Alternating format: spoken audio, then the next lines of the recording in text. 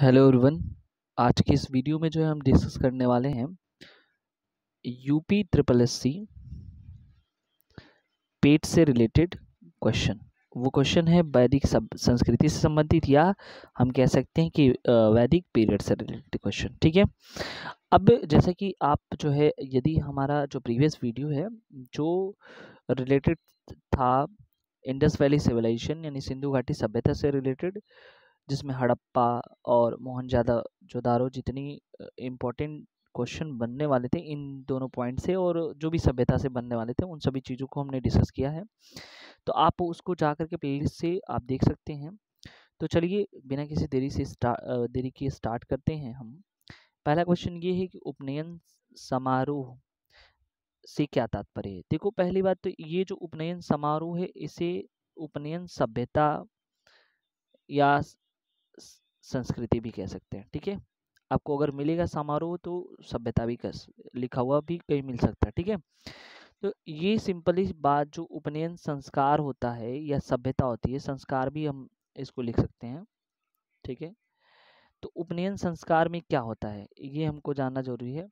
तो सबसे पहला काम आपको ये पता होना चाहिए कि ये जो है इसे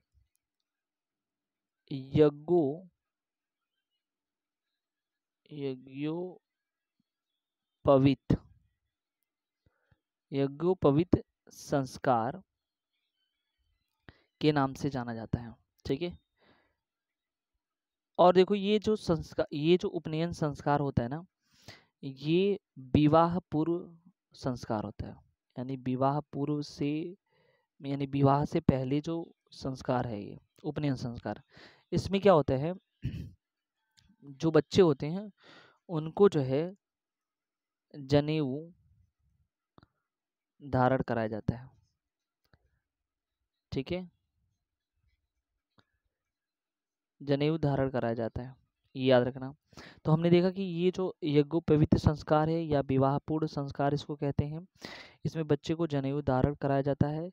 लेकिन जो प्राचीन काल का कॉन्सेप्ट था ना, प्राचीन काल में इसका मेन मकसद ये था कि जब बच्चा जो है, यानी कि जब वो बड़ा हो जाता है, पढ़ने योग्य होता है, तो वो शिष्य जो है अपने गुरु के पास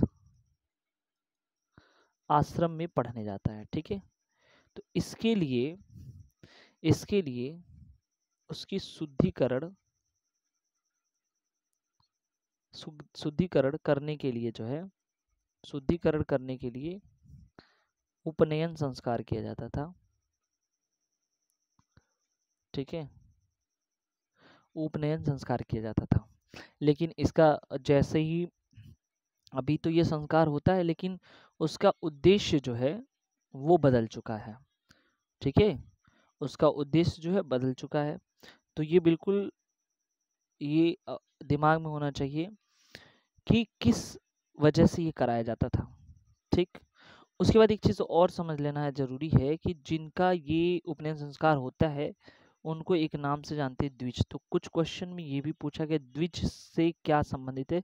तो द्विज जो है, जिनका उपनयन संस्कार होता है उन्हें कहते हैं द्विज। ठीक है। ये आपको बिल्कुल याद होना चाहिए। ठीक है। तो हमारा ऑप्शन यहाँ पे कौन सा सही है? ऑप्शन नंबर सी सही है, बच्चे को पवित्र जनेऊ धारण कराया जाता है। ठीक है। अब देखते हैं दूसरा क्वेश्चन। क्वेश्चन नंबर 2 ये है, सत्यमेव जयते महाकाव्य या महावाक्य कहाँ से उद्धृत है। तो ये आपसे क्वेश्चन पूछता है कि सत्यमेव जयते जो है कहाँ से लिया गया है।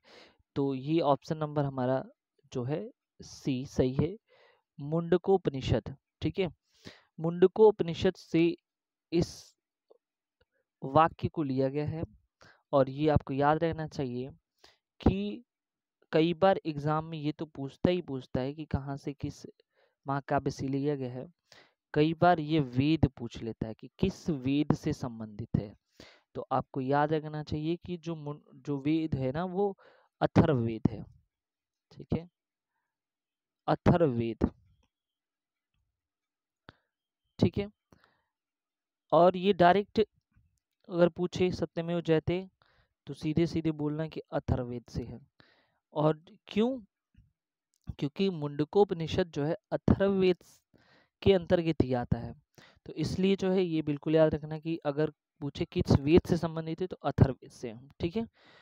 और ये जो सत्यमेव जयते हैं, ये भारत का जो है क्या है, भारत का आपको पता होना चाहिए कि ये आदर्श वाक्य है। ये भारत का क्या है, आदर्श वाक्य है। और आपको ये भी पता होना चाहिए कि ये जो है भारत का जो राज्य उत्तर प्रदेश है, उसी के एक शहर वाराणसी, वाराणसी में, ठीक है, एक जगह स्थित है जहाँ पे, जिसको हम लोग जानते हैं सारनाथ के नाम से, ठीक है। और सारनाथ में क्या हुआ था कि एक सिंह स्तंभ मौर्य सम्राट के द्वारा बनाया गया था, ठीक है, सिंह स्तंभ। और उसी स्तंभ के शिखर पर लिखा गया ये वाक्य है। तो आपसे ये पूछ सकता है कि सत्यमेव जयते जो है,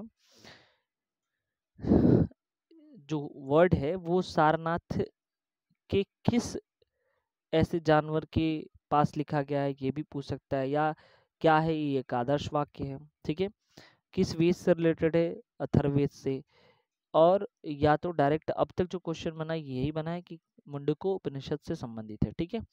तो अगर बनता है तो बहुत ज़्यादा से ज़्यादा अगर बनेगा तो ये वेद पूछ सकता है, ठीक है। नेक्स्ट क्वेश्चन देखते हैं। तो वेदों के गद्य प्रकरण क्या कहलाते हैं, ठीक है। तो देखो, वेद कोई भी हो, इसमें दो होते हैं, एक पद वाला हिस्सा होता है, ठीक है, एक गद्य वाला हिस्सा होता है। तो पद वाला और गद्य वाला, ठीक है। तो जो पद वाले भाग होते हैं उनमें दो होते हैं, एक तो होता है ऋग्वेद, एक हो गया आपका अथर्ववेद, ठीक है। एक ऋग्वेद हो गया और दूसरा अथर्ववेद हो गया, ठीक है। अब गद्य वाले की बात करते हैं हम, ठीक है। तो देखो यहाँ पे जो वेद का गद्य भाग होता है वो कहलाता है यजुर्वेद, ठीक है।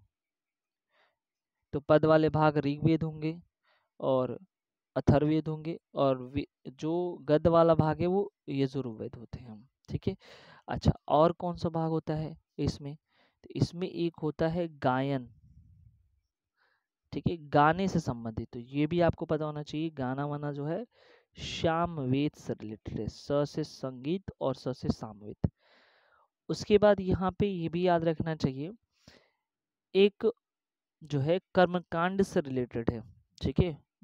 तो वो भी जो है ये आपका पद वाले में आ जाएगा, ठीक है। तो बेसिकली आपसे यहाँ पे ये पूछ सकता है, बहुत ज़्यादा से ज़्यादा पूछेगा। तो ये कई बार पूछा गया कि गाने से संबंधित कौन सा वेद है, तो आपका सामवेद है, ठीक है।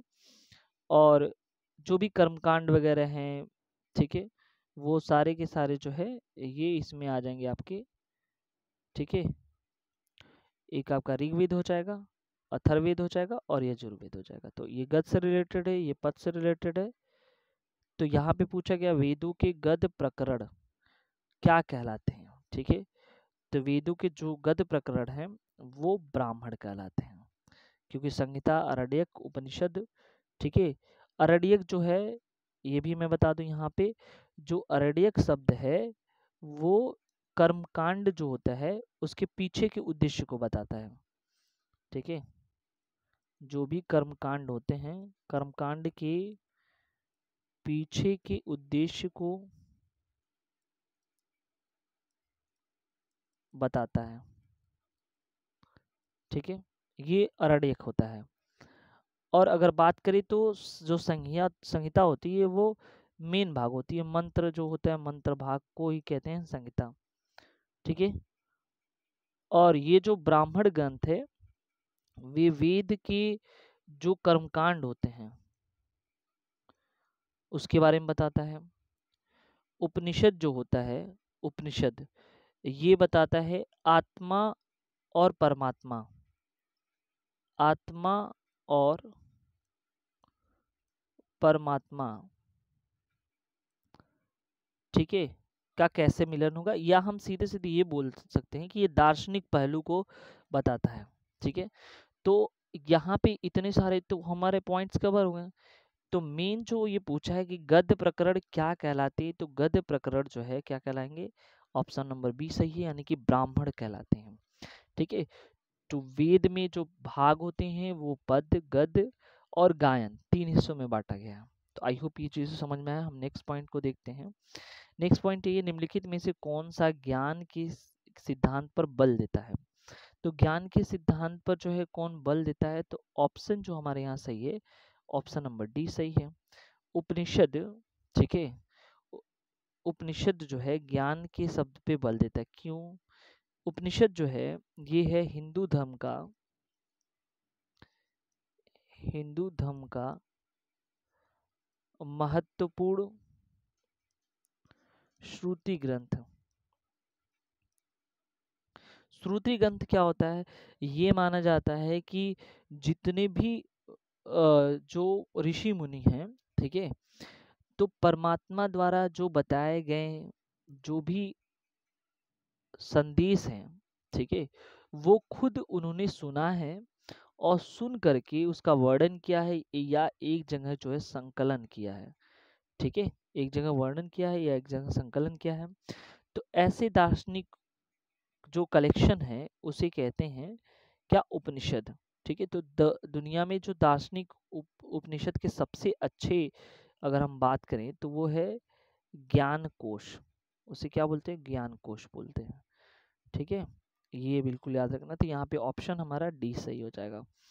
ऋग्वेद में निम्नलिखित में से किस देवता की सर्वाधिक महत्व का वर्णन किया गया है? तो ये ऑप्शन बी सही है हमारा। इंद्र देवता का जो है काफी वर्णन हुआ है, तो ये आपको जो है यहाँ पे ध्यान देना है। ठीक है, इंद्र देवता का सबसे ज्यादा वर्णन है। आपको बता दें कि जो ऋग्वेद, ये पॉइंट यहाँ पे लिखा है, ऋग्वेद से कुछ हम पॉइंट जानते हैं। तो ये सबसे प्राचीन वेद है। ये सबसे क्या है? प्राचीन वेद माना जाता है ऋग्वेद को। ठीक है, अब देखो और क्या क्या चीजें हैं इसमें। इसमें टोटल जो है इसमें 1028 यानी कि इतनी जो है सुक्तियां हैं, इतनी जो है सुक्तियां हैं इसमें। और अगर ऋचाओं की बात करते हैं तो ऋचाएं इसमें है 10,462 इसकी ऋचाएं हैं। टोटल ऋचाओं की संख्या इतनी है। और ये भी बता दें इसमें इसके पढ़े जाने वाले जो ऋषि मुनि पढ़ते हैं या जो भी इसको पढ़ते हैं उसे क्या बोलते हैं? होत्र बोलते हैं। ठीक है, ये होत्र बोलते हैं। अगर यहाँ पे बात करें तो जो ऋचाएं हैं, ठीक है, तो इंद्र के लिए टोटल लगभग जो है इंद्र के लिए 250 ऋचाएं हैं पूरे ऋग्वेद में। ठीक है, और अग्नि के लिए जो है लगभग 200 ऋचाएं जो है इसमें दिए गए हैं। तो ये हमारा ऑप्शन जो है यहाँ पे बी सही हो जाएगा। अब नेक्स्ट देखते हैं प्राचीनतम वेद कौन सा है। तो ऑलरेडी मैं डिस्कस कर चुका हूँ कि प्राचीनतम वेद कौन सा है, ऋग्वेद है। ठीक है, और ऋग्वेद में अभी मैंने डिस्कस किया कि ऋग्वेद जो है सबसे प्राचीनतम वेद है और साथ ही साथ जो है ये इसमें ऋचाओं की संख्या 10,462 होती हैं और ये जो है ऋग्वेद में 10,028 जो है क्या होती हैं? ऋचाएं होती हैं। ठीक है, और भी कुछ पॉइंट्स जो है हम ऋग्वेद से देखते हैं कि क्या क्या इंपॉर्टेंट होते हैं। तो ऋग्वेद में जो टोटल जो मंडल यानी मंडल में ये डिवाइड है। ठीक है, तो मंडल इसमें टोटल 10 मंडल होते हैं। तो इसमें टोटल जो है 10, देखो कई बार 10 यहाँ पे जो ऋचाओं की संख्या है वो उसमें जो है चेंजेस होते हैं। तो इसमें मान के चलना कि 10,462 जो है ऑथेंटिक है। ठीक है, इसमें बिल्कुल वो रहने। तो मंडल कितने हैं? टोटल 10 मंडल में ये विभाजित है। ठीक है, और 10 मंडल में एक चीज और बता दें कि यही मंडल जो है विभक्त हो जाता है। तो इसमें जो पहला मंडल है यानी कि फर्स्ट जो मंडल है वो बताता है किसको? फर्स्ट मंडल जो है याद रखिएगा ये बताता है, ये पहला तथा फर्स्ट और 10वां मंडल। ठीक है, पहला और जो 10वां मंडल है याद रखना है कि ये छेपक माना जाता है। ठीक है, ये छेपक माना जाता है। लेकिन इसमें सबसे इम्पोर्टेंट हमारा 9वां मंडल है। 9वां मंडल जो ये बताता है गायत्री मंत्र को। ठीक है, तो ये एक बार क्वेश्चन में एक नहीं कई बार पूछा है प्रीवियस ईयर में कि इसका जो 9वां मंडल है वो किससे रिलेटेड है। तो ये याद रखना कि जो 9वां मंडल है वो अ, गायत्री मंत्र से रिलेटेड है। ठीक है, अब नेक्स्ट क्वेश्चन देखते हैं। यहाँ पे नेक्स्ट क्वेश्चन क्या कहता है कि निम्नलिखित में से किस भारतीय पुरातन ग्रंथ में अपराध और अपराधी का जिक्र किया गया। अपराध और अपराधी का जिक्र जो है अर्थशास्त्र, न्याय मीमांसा, मनुस्मृति सब में किया गया है। उपयुक्त सभी यहाँ पे हमारा ऑप्शन सही है। ये सभी जो ग्रंथों में अपराध का जिक्र किया गया है। निम्नलिखित में से किस भारतीय पुरातन ग्रंथ में अपराध का जिक्र, ये दोबारा हो गया, ये उपयुक्त सभी है। ठीक है। सतपथ ब्राह्मण और तैत्रीय ब्राह्मण की ब्राह्मण मूल पाठ हैं। ठीक है। तो देखो यहाँ पे हम अगर बात बताएं तो ये ब्राह्मण जो है ये डिवाइड है। ब्राह्मण कैसे हम बता रहे हैं। ठीक है। तो इसमें जो वेद होते हैं ना, वेद के अंदर जाओगे तो वहाँ पे ब्राह्मण का डिवीजन है। ठीक है।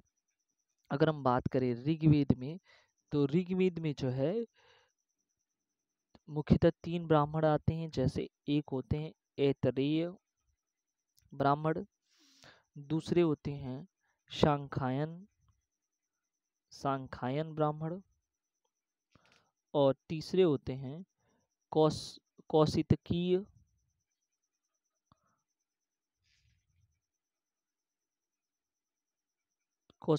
ब्राह्मण। 3 होते हैं ऐतरेय, सांख्यायन और कौशितकीय ब्राह्मण।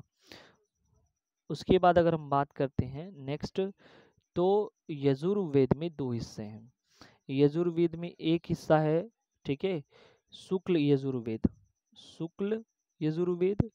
और एक हिस्सा है जिसे बोलते हैं कृष्ण यजुर्वेद। ठीक है। शुक्ल यजुर्वेद और कृष्ण यजुर्वेद। तो शुक्ल यजुर्वेद में क्या होता है, सतपथ ब्राह्मण का हिस्सा है, सतपथ ब्राह्मण आते हैं, और कृष्ण में आते हैं तैत्रीय ब्राह्मण। ठीक है। तो जो हमारा पूछा गया है सतपथ ब्राह्मण और तैत्रीय ब्राह्मण किससे रिलेटेड है, तो यहाँ पे जो हमारा ऑप्शन नंबर ये जो डी सही है। ठीक है। ऑप्शन जो डी सही है, यानी कि इसका रिलेशन जो है किससे है, डी से है। ठीक है। सामवेद में अगर बात करें तो ब्राह्मण की संख्या जो है मुख्यतः 3 होती हैं। एक होता है पंचविश ब्राह्मण, सेकेंड होता है खडविश ब्राह्मण, ठीक है, और एक होता है जैमनीय ब्राह्मण। ठीक है। उसके बाद अथर्ववेद की बात करते हैं तो यहाँ पे एक होता है जिसे बोलते हैं गोपथ ब्राह्मण। तो ये है ब्राह्मणों से वेद और उनके ब्राह्मण। तो यहाँ पे जो हमारा यहाँ पे पूछा गया है सतपथ और तैतरीय ब्राह्मण, वो यजुर्वेद से रिलेटेड है। ऋग्वेद में निहित गायत्री मंत्र किस देवता को समर्पित है, तो ऋग्वेद में याद रखना जो गायत्री मंत्र होता है वो गायत्री मंत्र जो है ये तीसरे मंडल, थर्ड जो मंडल है तीसरे मंडल से रिलेटेड है। ठीक है। और जो सावित्री हैं, ठीक है, सावित्री, ठीक है, इनसे रिलेटेड, यानी सावित्री देवता को समर्पित है। ये बिल्कुल याद रखना। ऑलरेडी मैं बता चुका हूँ कि टोटल 10 मंडल हैं। 9वें मंडल में जो है गायत्री मंत्र से रिलेटेड है। ठीक है। उसके बाद अगला क्वेश्चन देखते हैं, सर्वाधिक प्राचीन पुराण कौन सा है, तो ये मत्स्य पुराण जो है सबसे प्राचीन पुराण माना जाता है। ठीक है। अच्छा, एक चीज और यहाँ पे हमको समझना जरूरी है कि प्राचीन तो ये है, ठीक है, और इसलिए प्राचीन है क्योंकि यहाँ पे जो है ना कि काफी अच्छा जो है इसका विवरण मिलता है। और एक और बात बता दें कि टोटल पुराणों की जो संख्या है वो है 18। ठीक है। टोटल पुराणों की संख्या कितनी है, 18। इनमें से जो है इनमें से जो है 5 कौन जो इम्पोर्टेंट है याद रखना, अधिकतर वो पूछा जाता है। उनमें से आता है आपका ये मत्स्य पुराण, ठीक है, उसके बाद आता है आपका विष्णु पुराण, मत्स्य पुराण और विष्णु पुराण, ब्राह्मण पुराण, ब्राह्मण, और एक है भगवत पुराण, ठीक है, वायु पुराण। ठीक है। इन सभी पुराणों में मत्स्य पुराण जो है सबसे इम्पोर्टेंट है। ठीक है। जो हम लोग को पढ़ना है विवरण, अगर बात करें जो ऐतिहासिक कथाएं हैं, ठीक है, उनका विवरण जो है जो अभी हमने बताया 5 पुराणों में उनमें ज़्यादा मिलता है। निम्नलिखित में से कौन सा उपवेद नहीं है, तो उपवेद इसमें योग वेद जो है, ऑप्शन नंबर डी सही है। एक योग वेद जो है उपवेद नहीं है, ठीक है। धनुर्वेद, आयुर्वेद, शस्त्र शास्त्र, ठीक है, ये सब उपयोग जो है ये सारे के सारे उपवेद हैं, ठीक है, लेकिन योग वेद जो उपवेद नहीं है, ठीक है। नेक्स्ट क्वेश्चन देखते हैं। वैदिक देवता इंद्र किसके देवता हैं? तो वर्षा व चक्रवात की, सबको पता ही होना चाहिए कि वर्षा और चक्रवात के देवता जो है वैदिक देवता इंद्र हैं, ठीक है। अच्छा, एक चीज और यहाँ से समझना है कि लोग जो है इन्हीं की पूजा करते हैं। पुराने ऐतिहासिक से ये पता चला है कि ये इनकी लोग पूजा करते हैं, क्योंकि देखो पहले लोग जो है सत्य को मानते थे ना, सत्य को मतलब सूर्य है, सूर्य को सूर्य देवता मानते थे क्योंकि उनसे हमको एनर्जी मिल रही है। वर्षा इंद्र देवता को मानते हैं, चक्रवात क्योंकि ये हमको पानी देते हैं, हमारी फसल ठीक होती है, तो लोग इनकी काफी पहले पूजा करते थे, ठीक है, ये याद रखना। तो याद रखना वर्षा के जो देवता हैं उन्हें इंद्र देवता के नाम से माना जाता है। आई होप ये चीज़ें समझ में आए। ये सारे क्वेश्चन जो है ये वैदिक सभ्यता से रिलेटेड थे, जो आपके लिए एग्जाम के पॉइंट ऑफ व्यू से काफ़ी रिलेटेड है। तो फिर हम नेक्स्ट वीडियो में नेक्स्ट अगले जो पॉइंट है बौद्ध धर्म से रिलेटेड क्वेश्चन लेके आएंगे, ठीक है। Thank you so much.